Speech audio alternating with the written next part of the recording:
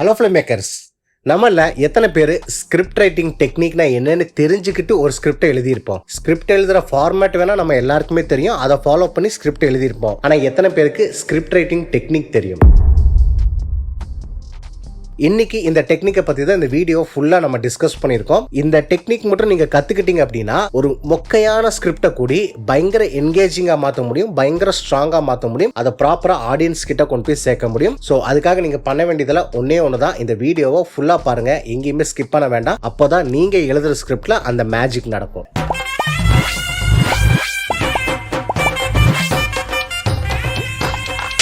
இப்போ ஒரு சீன் இருக்கு அப்படின்னா அந்த சீன்ல ஒரு கேரக்டர் ஒரு வார்த்தையை பேசுறதுக்கு முன்னாடியோ அல்லது ஒரு செயல் செய்யறதுக்கு முன்னாடியோ, அதாவது ஒரு ஆக்ஷன் நடக்கிறதுக்கு முன்னாடியோ அங்க ஒரு ஸ்ட்ரக்சர் ஒன்று ஃபார்ம் ஆயிரும். அதுக்கு பேர் தான் 3 ஆக்ட் ஸ்ட்ரக்சர் அப்படிங்கிறது. நீங்க ஒரு மாஸ்டர் கிளாஸான மூவிஸ்ல இல்லைன்னா ரொம்ப ஒரு கல்ட் கிளாசிக்கான மூவிஸ்ல எல்லாம் பாத்தீங்கன்னா அந்த ஸ்டோரியில இந்த 3 ஆக்ட் ஸ்ட்ரக்சர்ங்கிறது அப்ளை பண்ணிருப்பாங்க. அதனாலதான் அதெல்லாம் நம்ம மாஸ்டர் கிளாஸ் மூவிஸ் இல்ல கிளாசிக்கான மூவிஸ் அப்படிங்கறத நம்ம சொல்றோம். இப்போ இந்த 3 ஆக்ட் ஸ்ட்ரக்சர் அப்படிங்கிறது என்னங்க, எனக்கு என்ன தெரியுமோ எனக்கு தெரிஞ்ச மாதிரி உங்களுக்கு புரியும்படியா அதை நான் முடிஞ்ச அளவுக்கு எக்ஸ்பிளைன் பண்றேன், கவனமா கேளுங்க. Act number 1, character introduction. அப்படின்னா உங்களுக்கே தெரியும், ஒரு அந்த கேரக்டர் இருக்காங்கன்னா பேசிக்கா அந்த கேரக்டரோட இன்ட்ரடக்ஷன் பண்ணணும் நம்ம, அவங்க யாரு என்ன பண்றாங்க அப்படிங்கிறது. ஆக்ட் நம்பர் 2, கேரக்டருக்கு வரக்கூடிய ப்ராப்ளம், அந்த ப்ராப்ளம்னால அவர் எப்படி மாறுறாரு, எப்படி டிரான்ஸ்ஃபார்ம் ஆகுறாரு, இதுதான் ஆக்ட் நம்பர் 2. ஆக்ட் நம்பர் 1ல அவருடைய கேரக்டர் இன்ட்ரடக்ஷன். ஆக்ட் நம்பர் 2ல அந்த கேரக்டருக்கு ஒரு பிரச்சனை வரணும், அந்த பிரச்சனையால அவர் எப்படி மாறுறாரு, டிரான்ஸ்ஃபார்ம் ஆகுறாரு, எப்படி எவால்வ் ஆகுறாரு. ஸோ இதுதான் act number 2. Act number 3, climax. இப்போ அந்த பிரச்சனை வந்துருச்சு, அதனால அவர் எப்படி எவால்வேஷன் ஆனாரு அப்படிங்கிறது ஓகே. ஆக்ட் நம்பர் 3ல கிளைமேக்ஸ், அந்த பிரச்சனையால அவர் மீண்டு வந்தாரா இல்ல அந்த பிரச்சனையிலேயே மூழ்கிட்டாரா அப்படிங்கிறது தான் இந்த 3 ஆக்ட் ஸ்ட்ரக்சர் அப்படிங்கிறது. பொதுவா இந்த 3 ஆக்ட் ஸ்ட்ரக்சர் என்னுடைய பர்சனல் சஜஷன் நான் சொல்றேன், இது எந்த கேரக்டருக்கு வேணாலும் வைக்கலாம் அப்படிங்கிறது ஒரு ரூல்ஸ் இருக்கு. ஆனால் நான் பண்றது என்ன அப்படின்னா, வெறும் ஒரு புரோட்டோகோனிஸ்ட் அண்ட் ஆன்டாகனிஸ்ட், அதாவது ஒரு ஹீரோ அண்ட் வில்லன், இவங்களுக்கு மட்டுமே இந்த 3 ஆக்ட் ஸ்ட்ரக்சரை கொடுத்தோம் அப்படின்னா அந்த கதை இன்னுமே ரொம்ப சூடு பிடிக்கும், ரொம்ப என்கேஜிங்கா இருக்கும். சோ முடிஞ்ச அளவுக்கு இந்த 3 ஆக்ட் ஸ்ட்ரக்சர் அப்படிங்கிறது ரொம்ப ஒரு அந்த உங்களுடைய ஸ்கிரிப்ட்ல 2 மெயின் லீடு கேரக்டர் இருப்பாங்க பாருங்க, ஹீரோ வில்லன் அப்படின்ட்டு, அவங்களுக்கு இதை பொறுத்துனீங்கன்னா ரொம்ப சூப்பரா இருக்குங்கிறது என்னுடைய தனிப்பட்ட கருத்து. பட் இந்த 3 ஆக்ட் ஸ்ட்ரக்சர் உங்களுடைய படத்துல எந்த கேரக்டருக்கு வேணாலும் நீங்க அதை யூஸ் பண்ணலாம். ஓகே, அடுத்தது ஸ்கிரீன் ரைட்டிங் டெக்னிக்ல இத கோல்டன் ரூல்னு சொல்லுவாங்க. Show don't tell. அப்படின்னா நம்ம விஷுவலா காட்டணுமே தவிர டைலாக்ஸை டெலிவரி பண்ணக்கூடாது, டைலாகா கன்வே பண்ணக்கூடாது அப்படிங்கிறது. உதாரணத்துக்கு இப்போ ஒரு கேரக்டர் ஒரு சீன்ல கோவமா இருக்கிறாங்கன்னு வச்சுக்கோங்களேன், நான் இங்க டைலாக்ல டே மச்சான் அவன் கோவமா இருக்காண்டா அப்படின்னு நான் கன்வே பண்றது விடையும், அந்த கேரக்டருடைய எமோஷனை நான் அப்படியே விஷுவலா காமிச்சேன்னா எப்படி காட்டலாம்? அந்த கேரக்டர் கோவமா இருக்கிறது ஃபேஸ்ல கேப்சர் பண்ணிட்டு அடுத்தது அவர் செவுத்துல போய் பஞ்ச் பண்ற மாதிரி ஒரு ஃப்ரேமை நான் காமிச்சேன்னா ஆடியன்ஸ்க்கு அந்த எமோஷன் டைரக்டா போய் கனெக்ட் ஆகும். ஓகே, அந்த கேரக்டர் கோவமா இருக்கா அப்படிங்கிறது. ஏன்னா நீங்க வார்த்தைகளால சொல்றது விடையும் விஷுவலா நீங்க காமிச்சிட்டீங்கன்னா அது பார்க்கறதுக்கும் அழகா இருக்கும். நீங்க என்ன சொல்ல வந்தீங்களோ அது ஆடியன்ஸ் கிட்ட இன்னுமே போய் பயங்கரமா போய் கனெக்ட் ஆகும். அப்போ நம்ம டைலாகா இங்க எதையுமே கன்வே பண்ணக்கூடாதான்னு கேட்டீங்கன்னா பண்ணலாம்.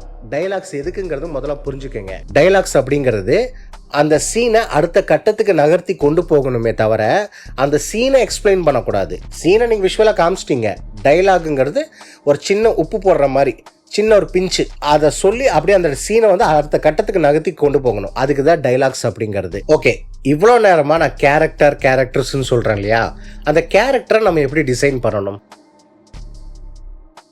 நம்ம எழுதுற ஒரு படத்துல அந்த கதையில கேரக்டர் அப்படிங்கிறது தான் ஒரு ஹார்ட் பீட் மாதிரி. அப்படின்னா அந்த கேரக்டருடைய டிசைன் ரொம்ப ப்ராப்பரா நம்ம பண்ணணும். அதுல ஃபர்ஸ்ட் நம்ம பண்ண வேண்டியது என்னன்னா, அந்த கேரக்டருக்கு நம்ம அமைக்கக்கூடிய டைலாக்ஸ். அந்த டைலாக் எப்படி இருக்கணும்னா, நீங்க எழுதுற அந்த கேரக்டருக்கான டைலாக் அவர் பேசினா மட்டும்தான் செட் ஆகணும். இன்னொருத்தர் அதே டைலாக பேசினா அது செட் ஆகக்கூடாது, பார்த்தா காமெடியா இருக்கிற மாதிரி தெரியணும். இதெல்லாம் நான் சொன்ன சிரிச்சிருவாங்கப்பா. விச் மீன்ஸ் இந்த டைலாக் அந்த கேரக்டர் தான், அவர் பண்ணா இந்த கேரக்டருக்கு தான் அது சூட் ஆகும் அப்படிங்கிற மாதிரி டைலாக்ஸை எழுதணும். அண்ட் அதே மாதிரி பல கொலகொலன்ட்டு ரொம்ப லென்த்தி டைலாக்ஸ் எல்லாம் நம்ம இங்க எழுதவே கூடாது. ஒரு சில படத்துல அந்த கண்டினியூஸ் ஷாட் எடுக்கிறதுக்காக வைப்பாங்களே தவிர அது எல்லா படத்துலயும் அந்த மாதிரி வைக்க மாட்டாங்க.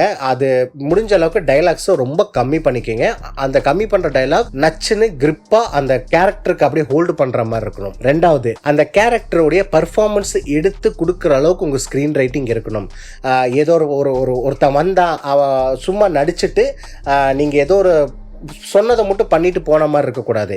அந்த கேரக்டர் நீங்கள் எழுதுகிற டிசைன் பண்ண கேரக்டர் இருக்கான் பார்த்தீங்களா, அந்த கேரக்டர் ஏதாவது ஒரு பர்ஃபார்ம் பண்ணுற மாதிரியான சீன்ஸை நீங்கள் தான் எழுதணும்.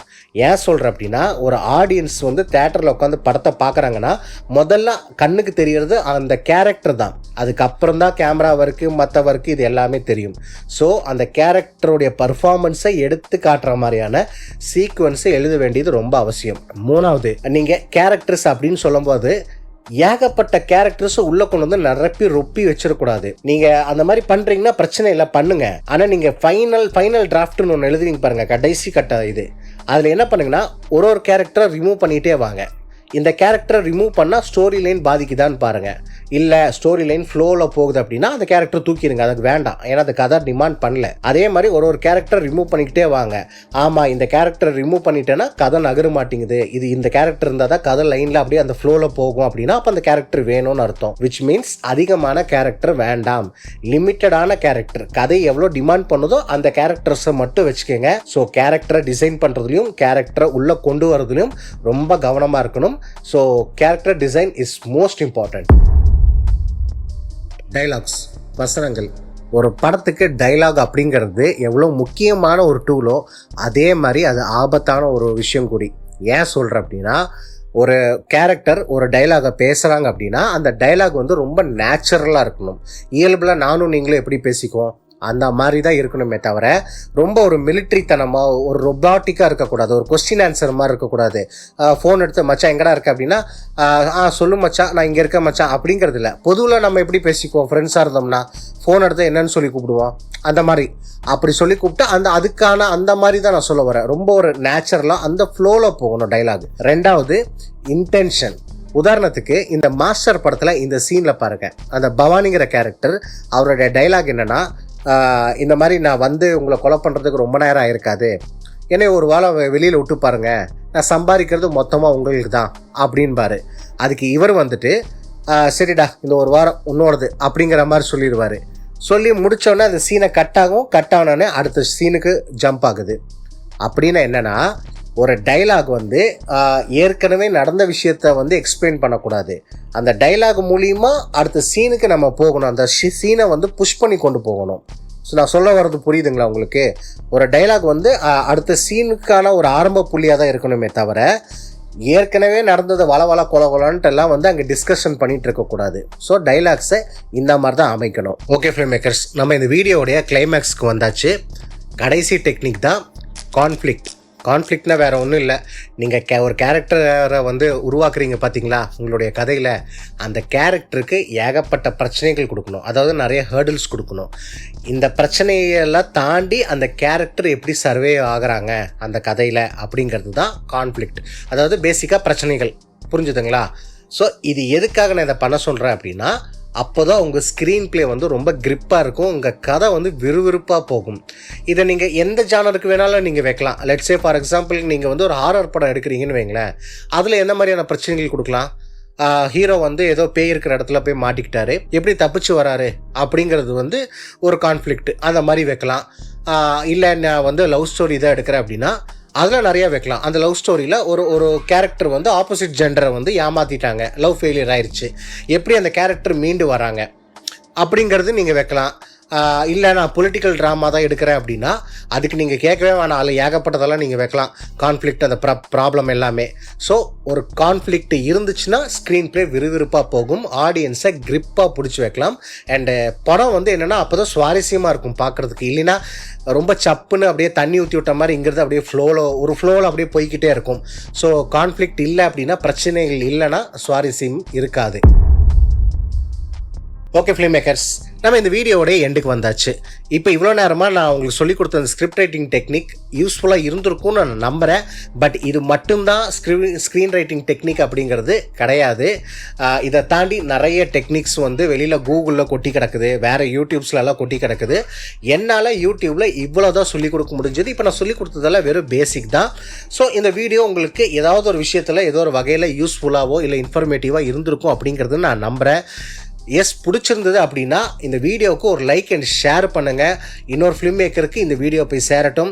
அண்ட் அதே மாதிரி வேறு எந்த டாப்பிக்கில் நான் வீடியோ பண்ணணும் அப்படிங்கிறது மறக்காமல் கீழே கமெண்ட் செக்ஷனில் சொல்லிடுங்க. மீண்டும் ஒரு இன்ஃபர்மேட்டிவான வீடியோவில் உங்களை நேரில் வந்து சந்திக்கிறேன். Until then tata, bye bye.